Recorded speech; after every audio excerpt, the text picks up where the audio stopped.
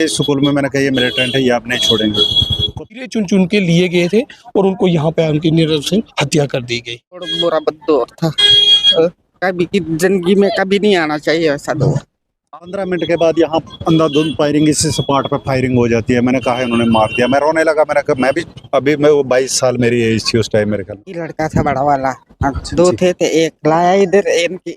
19 बार इस गांव पे अटैक किया गया और 19 बार ही उन लोगों को फिर यहाँ से मुक्कियां खानी पड़ी। वो वाला जो समय था वो एक बहुत भयानक समय था। यहाँ कुछ देखने के काबिल नहीं थी। बाहर तो 2 मिलिटेंट्स अंदर आ गए, आर्मी ड्रेस में थे वो जी। दरवाजा खोल के अंदर आ गए। नमस्कार, जेके दर्शन पर आप सभी का हार्दिक स्वागत है। मैं हूं विक्रम सिंह ठाकुर। आज हम जम्मू कश्मीर के जम्मू संभाग में जिला डोडा के बात के बारशाला इलाके में हैं। यहाँ 1996 में एक ऐसी घटना घटी थी जिसके बारे में ना तो जिला डोडा जानता है, ना जम्मू कश्मीर जानता है, फिर भारत भर की बात तो आप रहने ही दीजिए। कुछ अरसे पहले कश्मीर फाइल्स एक मूवी आई थी जिसमें खूब चर्चा हुई और कश्मीर संभाग में क्या कुछ कश्मीरी हिंदुओं के साथ घटा था वो पूरे भारत ने देखा था। पर तब एक मांग उठी कि जम्मू फाइल्स भी होनी चाहिए, जिसमें जम्मू संभाग में जो घटनाएं घटी है उनको भी बाहर लाया जाए। ऐसी एक घटना है जिसमें लगभग दर्जन भर से ज्यादा लोग इस इलाके में आतंकवादियों द्वारा बलिदान हुए, उन्हें मारा गया और उसके बारे में आज तक बाहर जो है बात निकल कर नहीं आई। और आज उसी चीज को लेकर 5 जनवरी आज का वो दिन था 1996 में, उसी की आज बरसी है। आज श्रद्धांजलि कार्यक्रम यहाँ पर मनाया गया और आप देख सकते हैं यहाँ पर उन सभी लोगों के जिनके संबंधियों ने या परिवारजनों ने अपने संबंधियों को खोया है, परिवारजनों को खोया है, वो यहाँ पर आप मेरे साथ देख सकते हैं। और उसके साथ साथ आज यहाँ पर श्रद्धांजलि कार्यक्रम था तो सैकड़ों के हिसाब से लोगों का भी यहाँ पर आना हुआ था और श्रद्धांजलि कार्यक्रम जो रखा गया था उसमें यहाँ पर उन सभी जो बलिदान हुए थे उन्हें पुष्प भी अर्पित किए गए थे। तो इनसे ही बातचीत करते हैं कि क्या वो घटना थी और कैसे ये जो आतंकवादी जब आए और कैसे ये लोग जो हैं बलिदान हुए। जी श्रीमान जी, आपका क्या शुभ नाम है? ब्रिजमोहन। मुझे बताइए कि कब ये घटना घटी थी? ये 5 जनवरी 1996। तो आपके कौन थे वो? एक फादर साहब और उसमें ब्रदर उस कांड में मारे। अच्छा, आपके पिताजी और आपके भाई भी। तो थोड़ा कैसे वो जो दर्दनाक घटना है वो कैसे याद आती, क्या हुआ? 7:30 का टाइम था, रात को, सर्दी का टाइम था। रात को मेरे मदर दरवाजे के पास निकले, बाहर तो 2 मिलिटेंट्स अंदर आ गए, आर्मी ड्रेस में थे वो जी। दरवाजा खोल के अंदर आ गए। वो दरवाजा बंद करने लगे तो उन्होंने बैरल जो है दरवाजे में अंदर लगा दी, तो दरवाजा बंद करने नहीं दिया। अंदर आ गए तो वहाँ उन्होंने कहा हमारा साहब है यहाँ पानी पर, तो आप चलिए वहाँ पे कुछ बात करनी है आपके साथ। उन्होंने ये चीज़ सोचा, वहाँ उस टाइम पूर्णमासी का दिन था, पूर्णमासी का व्रत रखा हुआ था। तो पूर्णमासी का व्रत के बाद बैठे हुए थे, सर्दी का टाइम था, चूल्हा जल रहा था, वहाँ आग वगैरह सेक रहे थे। उसके बाद क्या हुआ कि वो ले गए, कहते हैं आर्मी के कोई बंदे आए, उनसे बात करनी है जी, आप चलो। वहाँ से जब ले गए, बाहर ले गए तो मैं दूसरे कमरे में रूम में सोया हुआ था, मुझे कुछ तबीयत ठीक नहीं थी। बाद में मदर आके उन्होंने कहा मुझे, कहते कोई आर्मी ड्रेस में आए, हम उनको ले गए वहाँ कोई आर्मी वाले। मैं जब बाहर ही निकला तो वहाँ उन्होंने बाहर से कुंडा लगा दिया था दरवाजे को जी। मैंने शीशे में झांक के देखा, 2 बंदे वहाँ से मैंने जाते हुए नीचे की साइड देखे। इनके मकान वहाँ केडी शर्मा हमारे पुलिस में थे, उनके मकान की साइड जाते हुए देखा। मैं शीशे से अंदर से झांक रहा था, देखा मैंने तो अब मैंने कहा बाहर निकलना मुश्किल है, इन्होंने बाहर से बंद किया। नीचे से वो केडी शर्मा के मिसेज आए तो मैंने उनको कहा, मैंने कहा दरवाज़ा बंद करें। उन्होंने दरवाज़ा खोला, देखते हैं तो नहीं खुला ही था, वो थोड़ा सा फंसाया था वो कुंडा उसका। मैं बाद में इनके घर में चला गया, साथ में एडजॉइनिंग में हमारे, वहाँ जब चला गया मैंने कहा यहाँ से आपके घर का कौन यहाँ से गया? कहते वो भी निकले हैं, हमारे केडी शर्मा जी बाहर निकले थे, उनको भी यहाँ ने पिकअप किया है, पता नहीं किस साइड ले गए, कौन है क्या? मैं क्या, मुझे कोई पता नहीं इसके कौन है। हम ऊपर वाली साइड नहीं गए, मंदिर वाली साइड में। नीचे जब इनके घर में उन्होंने मुझे, लेडीज़ थी वहाँ पर, जेंट्स कोई नहीं था, मुझे धक्का देके अंदर किया। कहता 2 मिनट बाहर वो दरवाजे पर आ गए, उतनी देर मुझे धक्का देके अंदर कर गए वो। तो 5 मिनट के बाद मैं वहाँ से निकला, चला गया वहाँ नीचे, आगे छत पे छलांग लगाई, 1-2 छत क्रॉस करके नीचे चले गया चाचा के घर में। मैंने कहा ऐसे ऐसे घटना घटी, यहाँ पे कोई आदमी आए हैं आर्मी ड्रेस में, उन्होंने ये कहा कि हमने बात करनी है। कहते कोई बात नहीं। हम चाचा जी भी और मैं भी साथ आ गए, फिर आ गए ऊपर, मदर अकेले थे, उनको लेके फिर हमने चाचा जी के घर में चले गए। देखा कि पूरा गांव सारे दहशत के माहौल में थे, डर गए थे, दरवाजे बंद, कोई पूरा गांव खाली हो गया था आगे। बाद में देखा लगे दरवाजे हम एक दूसरे के खड़काने, कोई नहीं दिखा। रात को हम रात भर वहीं कमरे में रहे। मैंने कहा चाचा जी को, मैंने कहा ये मिलिटेंट हो सकते हैं। कहते अगर मिलिटेंट भी हों तो ये इनोसेंट लोग हैं, इन्होंने किया क्या है इतना, उन्होंने कोई गुनाह तो नहीं किया है, क्यों मारेंगे इनको। तो मैंने कहा हो सकता है वो भी कुछ छोटी है कि मैं नहीं मारेंगे, इन्होंने बेगुनाह है। थोड़ी देर के बाद क्या होता है कि 15 मिनट के बाद यहाँ हाई स्कूल में आग लग जाती है। आग लग गई। मैंने चाचा जी को फिर कहा, मैंने कहा आग लग गई स्कूल में, मैंने कहा ये मिलिटेंट है, ये आप नहीं छोड़ेंगे। तो 15 मिनट के बाद यहाँ अंधाधुंध फायरिंग, इसी सपाट पर फायरिंग हो जाती है। मैंने कहा इन्होंने मार दिया। मैं रोने लगा। मैंने कहा मैं भी अभी मैं वो 22 साल मेरी एज थी उस टाइम मेरे ख्याल में। तो मैंने कहा मार दिया उनको शायद। चाचा जी फिर मुझे विश्वास दिलाने लगे, कहते नहीं यार ऐसा नहीं, उन्होंने किया क्या है गुनाह, वो क्यों मारेंगे इनको। पूरी रात हम ऐसे जागते रहे। जब सुबह आए यहाँ पे जो बुजुर्ग थे ओल्ड एज वाले, वो 4-5 लोग, उसमें हमारे हंसराज मामा जी थे, केडी शर्मा जी थे और मनोहरी लाल जी थे, मेरे फादर साहब थे। 4 बंदूक को वहाँ मार के डाला था। जी। उसके बाद यहाँ बच्चे थे, बाकी एक ब्रदर को, इनका एक लड़का था, 4-5 लोग और थे यहाँ, उनको इधर वहाँ छोटे जो इनके 2 बच्चे थे वो आगे वहाँ पे एक जगदीश राज जी थे, उनके साथ उनको वहाँ एडजाइनिंग में 3-4 बंदूकों को वहाँ मार के रखा। सुबह देखते तो यहाँ क्या देखते थे उससे। तो उस टाइम कोई सिक्योरिटी, उस टाइम बीएसएफ वगैरह ठाठरी में हुआ करते थे, कोई ऑन स्पॉट मौके पे ना बीएसएफ आई ना कोई आया। हमने बहुत सुबह तक देखा। जब पूरी दुनिया यहाँ पर पहुंची उसके बाद कहीं सिक्योरिटी पर्सन यहाँ पे आए, जब एडमिनिस्ट्रेशन वगैरह के लोग आए तो तब यहाँ पे पहुंचे। ये घटना घट गई उस टाइम। आज उस घटना को जैसा मैं कैलकुलेट कर पा रहा हूँ 28 साल हो चुके। तो 28 साल होने के बाद अभी 3-4 साल पहले ही ये जो कार्यक्रम है ऐसा, और इस जगह को थोड़ा सा डेवलप किया गया है यादगार के तौर पर। तो क्या देखते हैं उस स्थिति में, वो कैसी स्थिति थी और आज कैसी स्थिति है? वो वाला जो समय था वो एक बहुत भयानक समय था। यहाँ कुछ देखने के काबिल नहीं थी। हमारा भी ये मन नहीं था कि हम इस जगह पे जाएं कभी। हमारा दिल नहीं कहता था कि हम खड़े हों इस जगह पे। लेकिन कुछ लोगों की सपोर्ट के मुताबिक कुछ ऐसे लोग, चुनिंदा लोग आए जिन्होंने ये थोड़ा सा हमें ये शक्ति दी कि आप हम इस स्मारक को थोड़ा सा करेंगे उनके नाम पे। तभी से हमने ये प्रोग्राम यहाँ स्टार्ट किया। मैंने कहा चलो उनके नाम पे हमें करना चाहिए, यहाँ पे कुछ ना कुछ थोड़ा सा एरिया डेवलप हो जाए। आगे जो नई जनरेशन है उनको भी थोड़ा सा प्रेरणा मिले इस चीज़ की कि यहाँ पे क्या हुआ था, किस तरीके से आगे हमने इस अगर ऐसी कंडीशन कहीं किसी बार हो गया, हमने कैसे इस चीज़ को फेस करना है आगे इस दौर में। जी धन्यवाद। तो अब एक और भाई साहब, श्रीमान जी क्या नाम है आपका? अनीश। मेरा अनीश। क्या करते हैं आप? दुकान करता हूँ। अच्छा, तो आपके कौन था परिवार में जिसका बलिदान हुआ था? मेरे पिताजी थे और 3 भाई।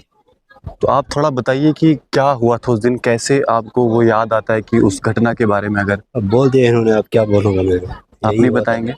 ठीक है, बता। यहाँ पे आप देख सकते हैं माता है, बुजुर्ग है। आप में से कोई बोलेगा? जी। मेरा एक ही लड़का था बड़ा वाला। 2 थे तो एक लाया इधर, इनके घर लगा था टीवी। पहले टीवी नहीं होता था गांव में। मैं थी दिन को उधर छुड़ौत में होते थे गाय, मैं थी उधर। तो उसको पता था जिन्होंने डिश ठीक किया था, हमने रात को टीवी देखना है। मैं आई उधर से तो खाना शाना बनाया तो खाया खाना, तो बोलने लगा मैंने जाना है उधर, हमारे घर वालों को थी मशीन, मैं मशीन पे जाऊंगा। उसको पता था हमने टीवी देखना है। मैंने मना भी किया उसको, तो बोलने लगा नहीं मैंने जाना है। अच्छा गए तब मैंने 11 बजे तक उसको रुका कि आएगा तो सोएगा। फिर ये घर वाले की मशीन थी, मैंने सोचा उन्होंने सुलाया होगा अपने पास। 11 बजे आए 2 लड़के, एक लड़की एक लड़का। बोलता है भूजी ऊपर उठो, इधर कोई मिलिटेंट आए हैं। तो उधर स्कूल को भी आग लगाई है। निकले हम बाहर तो देखते हैं तो सीधे गांव के लिए नजर आने लगी आग। फिर हम ढूंढने लगे कि वो लड़के गए का गांव में फिरने लगे तो कोई नहीं है गांव में, सारे दरवाजे बंद है। करेंगे तो क्या करेंगे, कहाँ ढूंढेंगे, कहाँ गए रात को। सुबह एक आदमी इधर से तब बोलते हैं उधर आके लाइन लगी है, फिर क्या करना था। और कौन है आपके परिवार में? ये हम एक ही परिवार, एक ही घर के हैं हम, ये सारे। तो और भी बेटे दो बेटे हैं और भी। सबसे बड़ा बेटा था जिसके हाँ, वो बड़ा वाला था। अब वो दौर एक ऐसा दौर था, बहुत बुरा दौर था, कभी की जिंदगी में कभी नहीं आना चाहिए ऐसा दौर। आज सरकार की तरफ से कुछ आपको मदद मिली उसके बाद? ऐसी नहीं, कुछ नहीं, कुछ मदद नहीं। माता जी आप कुछ बोलेंगे? इनको भी दो ही बेटे थे, इनके भी दो ही बेटे थे। हाँ, दो क्या बेटे नाम थे। था उनका? एक शिव कुमार, एक सुशील कुमार। तो कैसे आतंकवादी आए, कैसे आपके वो बेटे को? अंदर आए जी, क्या कहा उन्होंने? छोटा बेटा उधर ही था अंदर। जी जी। तो उसको बोलने लगे चलो उधर मंदिर में कोई आया है, बातचीत करनी है। मैंने बोला क्या बातचीत करनी? बोलते नहीं करनी। वो उठा ऊपर, उसको मैं बोला नहीं जाना, बोलता नहीं जाऊंगा। मैं निकली बाहर, दो बंदे थे बाहर, बस वो ले गए उधर। फिर मैं उधर एक बंदा निकला हमारे दरवाजे से, उसको मैं बोला मेरे बेटे भी गए, उनको देखना। बोलता कोई बात नहीं। उसके बाद फिर नीचे से आए तो मेरा जेठ था नीचे, उसको भी ले गए। फिर देखते रहे कोई नहीं। फिर आग लग गई इधर, फिर इधर फायर हो गए। फिर क्या, तो सुबह आए इधर ढेर। आपका क्या नाम है? देश आपके परिवार से किनका बलिदान हुआ? मेरा बड़ा भाई था जी पी शर्मा, पुलिस में ड्यूटी कर रहे थे। जी। उस दिन वो भी घर में थे। 5 जनवरी 1996 की बात, ये शाम का वक्त था। तब हम एक ही जगह बैठे थे वो अपने घर में, तभी बाहर से कोई 2 मिलिटेंट आ गए, मगर उनको वो वर्दी जैसे आर्मी की लगी हुई थी, आर्मी की वेशभूषा में। हाँ, शाम को। तो मेरा वो छोटा भाई था एक फौज में, वो हमारे घर से दूसरा घर उसकी साइड है, वो अपने घर जा रहा था तब। उसके साथ एक छोटी लड़की भी थी। जब वो बाहर निकला तो उन्होंने उसको बुलाया तो वो चले गया उधर। उसने सोचा कि कोई आर्मी वाला होगा, क्योंकि वो भी उसी डिपार्टमेंट का। तब वो लड़की आ गई अंदर, तो उसने बोला मुझे, मैंने कहा ऐसे ऐसे पापा को इधर बुलाने लगा। निकला मैं भी बाहर, तब तक वो आ गए, मुझे भी बुलाया। मैंने भी देखा उनको वर्दी शर्ट लगी। चलो जी आप भी, मैंने सोचा ये आर्मी होगी तो कहीं रास्ता वास्ता इधर उधर जाने के लिए शायद हमको पूछ रहे। तब तक हम मंदिर में चले गए उनके। जब उधर पहुंचे तो हमने देखा उधर गन्ने शन्ने पूरी तरीके से, बस हम समझ गए कि अब फंस गए उधर। तब मेरे साथ ही एक पड़ोसी भी था, वो भी मेरे साथ लाया, उन्होंने उसको बिठाया उधर। तब वो बोलने लगा मुझे कि हम इधर करते थे कुछ, लेकिन कुछ नहीं कर सके, क्योंकि हमारे पास कुछ था नहीं। तब इधर उधर देखने लगे, कोई बात नहीं, लेकिन हम उस वक्त भी घबराए नहीं। हमने सोचा कि अब तो हम आ गए हैं बीच में, कोई बात नहीं, अब तो मरना तो है, लेकिन डर कर रहे।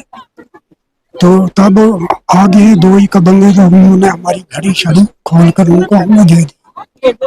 जब तब तक फायर हो गया। एक लड़का जो उधर गांव में था उसको उसने मार दिया। बस जब वो नीचे से आए तो उन्होंने समझ लिया कि अब ये गांव वाले जाग जाएंगे तो हमारे पीछे पड़ जाएंगे।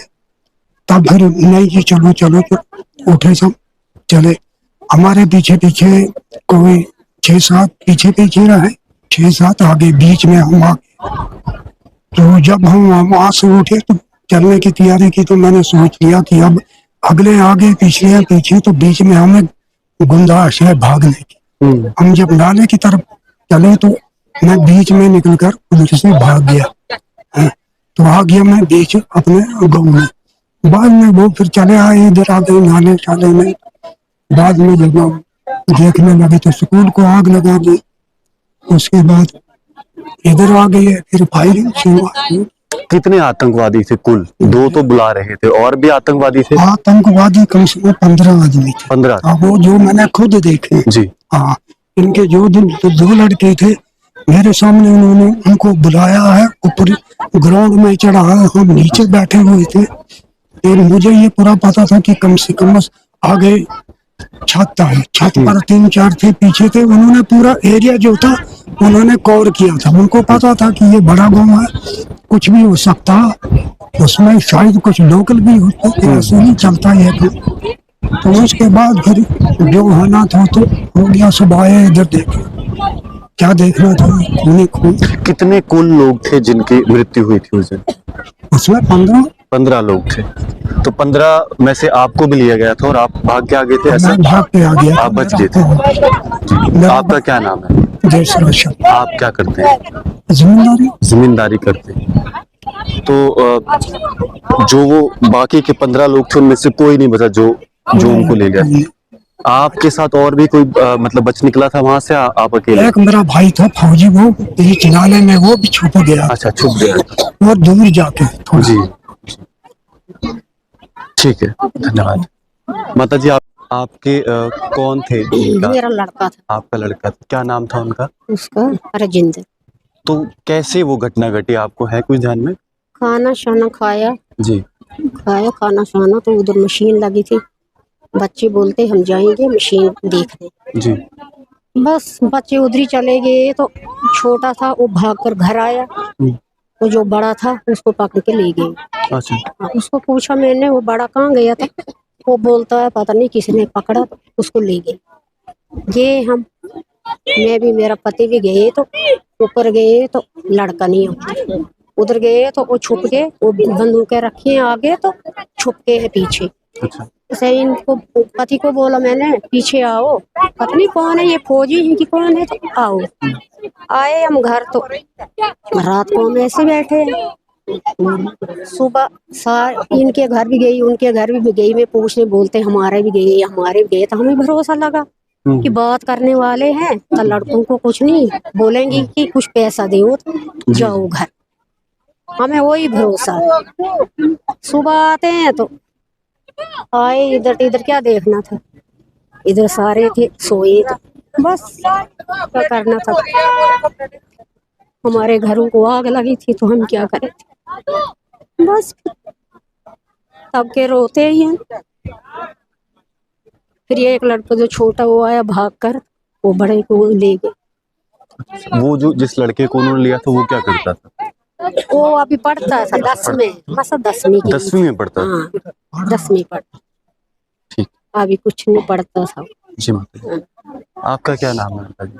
प्रेमला देवी। आपके कौन था परिवार में जिनका घर वाले। घर वाले आपके पति से? तो कैसे आपको मतलब वो दिन जो है वो कैसे? हमें कोई पता नहीं था, हमारा लड़का था छोटा, वो हम गए थे उधर पार। तो वो बाद में सुबह पापा आए और आए भाई इधर देखने, तो बोलते हैं उधर, लड़का बोलते उधर आकर भाई छोटा, वो बोलते वो मार दिए जीजा उधर ही अंदर ही। वो थे मारे उधर ही खारी में मारे थे डब में। तो फिर आए हम वहाँ से, थे बस हमें बाकी कोई पता नहीं। एक श्रीमान जी, आपका नाम बताइए और कौन था आपके परिवार में जिनका बलिदान हुआ? मेरा नाम चंद्रमोहन शर्मा है जी। हम 4 भाई 5 थे, तो 5 में सबसे छोटा ब्रदर मैं हूँ। जो मेरे सबसे बड़े भाई हैं, उनकी आयु तब कोई 22 साल थी। तो उनकी ही देख रेख में हमारा परिवार पलता था, क्योंकि हम किसान फैमिली से बिलोंग करते हैं, हम जमींदारी लोग हैं। तो उस 5 जनवरी की घटना ये है कि सभी लोग, ये 7-8 के बीच के टाइम का समय था, जब लोग सब अपना अपना, कोई खाना खा के बैठा था, कोई खाने का इंतजार में थे डिनर के। तो उस टाइम कुछ लोग आर्मी के ड्रेस में आके लोगों को झूठ बोला के कि यहाँ पे हमारे ऑफिसर्स आए हुए हैं, मंदिर के पास आके वहाँ आपकी मीटिंग लेनी है। जैसे ही सभी लोगों को इकट्ठा किया गया मंदिर के पास, तो मंदिर से इकट्ठा करने के बाद लोगों को बोला गया कि स्कूल के पास अब मीटिंग की जाएगी। स्कूल के पास जब मीटिंग करने के लिए बुलाया गया, तो वहां से उन्होंने स्कूल को आग लगा ली। बोला कि इन्होंने इधर लोगों ने, किसी ने आग लगा ली है स्कूल को, अब यहाँ नहीं, आगे चलो इस पेड़ के पास जाके, वहां पे हम बैठक करेंगे, वहां भी हमारे और लोग हैं। तो जब ऐसी घटना घटी, वो लोग, कुछ समझदार लोग भी थे उसमें से, तो उन्होंने ऐसा किया कि कुछ 1-2 लोग भाग गए। रास्ते में जब लाते वक्त उन्होंने छलांग लगा के वो निकल गए, लेकिन जो भाग रहा था वो उसके पीछे नहीं पड़े। जो इतने लोग उनके साथ चलाते तो यहाँ तक पहुँचाए। तो यहाँ पे फिर उन्होंने उन लोगों को, जो हमारे भाई थे, कोई चाचा था, कोई नाना दादा था, तो उन सबको यहाँ पे लाके एक को मारा गया। तो जो मेरे ब्रदर थे वो यहाँ पे उनको एक पत्थर था, पत्थर के पास ऐसे ही उनको एक बेड़ी लगी हुई थी, वहाँ पे सुबह तक वो बीड़ी उनको लगी रही थी मुंह पे, वो वहीं पे थे।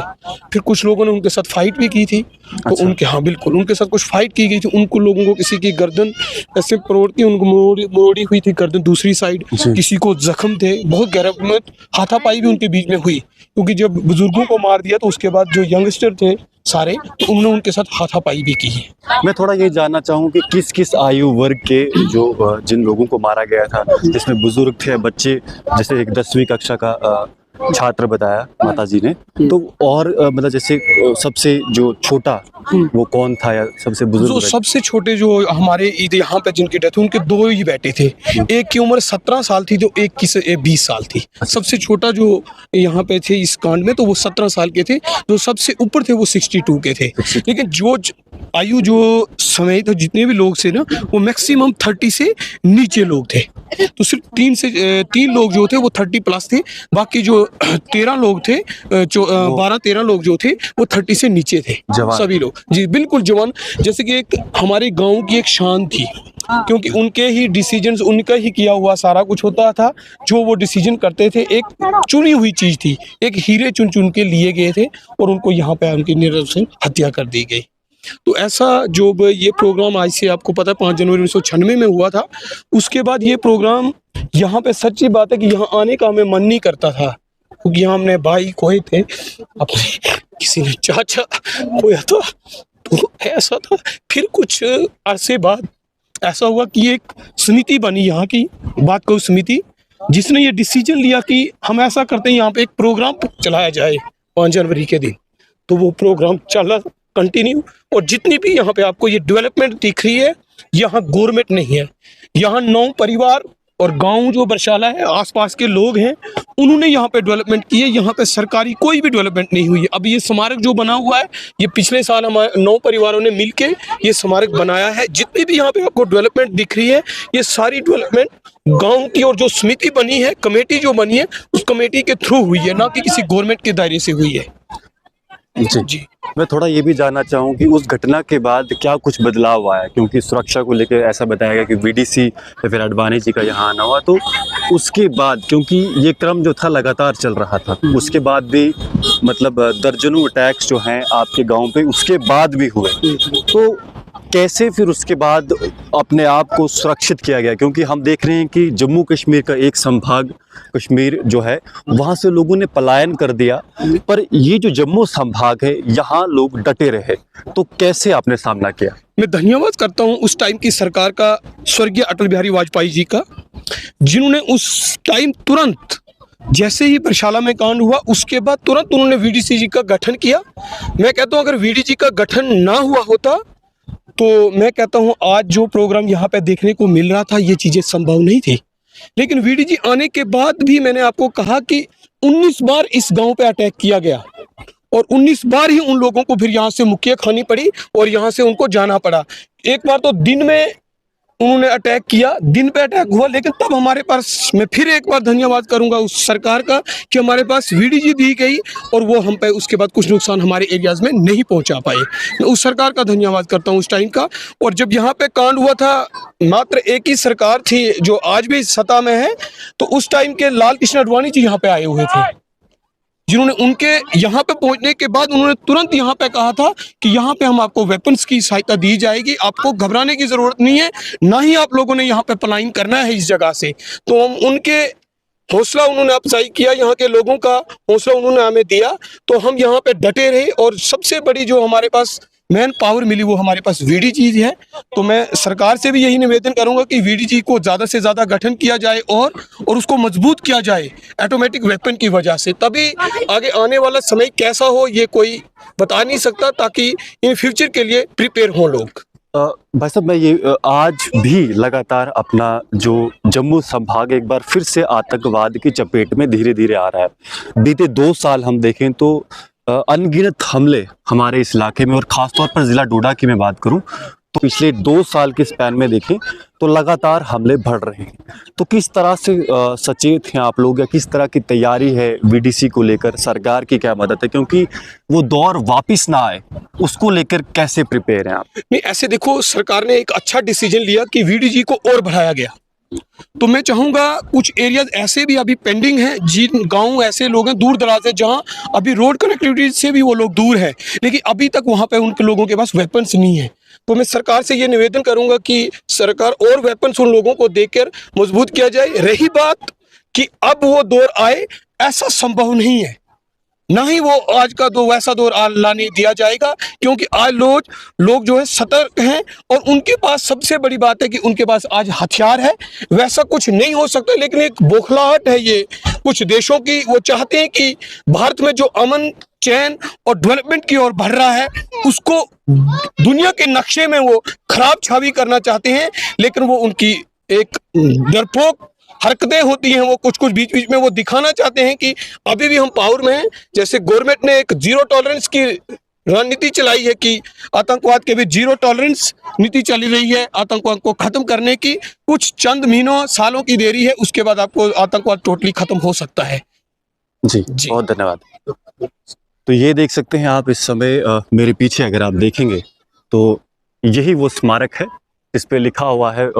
सबसे ऊपर अगर मैं चाहूँगा मेरे सहयोगी ज़रा कैमरा से फोकस करें, तिरंगा जो है वो लहरा रहा है। इसका मतलब है कि आतंकवादियों की हार यहाँ पर हुई है। उसके नीचे आप देख सकते हैं बलिदान स्थल बातक्यू बरशाला, ये वो स्थान है और ये वो गांव है। वो ज़रा मेरे सहयोगी अगर थोड़ा सा आगे जाके जूम करेंगे तो वहाँ से काफ़ी दूरी पर है। यहाँ से पैदल अगर आप चलेंगे तो आपको आधे घंटे से 1 घंटे तक का जो समय है वो लगेगा। और ये वो स्थल है, बलिदान स्थल, जहाँ पर ज्योति जो है इस समय जल रही है और पुष्प अर्पित यहाँ पर आकर लोगों ने श्रद्धांजलि जो है उन लोगों को दी है जिन्होंने बलिदान दिया है। जिसके बाद यहाँ पर स्वयं यहाँ के स्थानीय लोग खड़े हुए, डटे रहे। और उसके बाद भी आप सोचिए 1996 के बाद भी 19 हमले इस गांव पर हुए हैं। अंदाजा लगाइए आप, इन लोगों ने स्वयं डटकर इसका मुकाबला किया है और यहाँ से पलायन नहीं हुआ। सबसे बड़ा उदाहरण है डटे रहने का।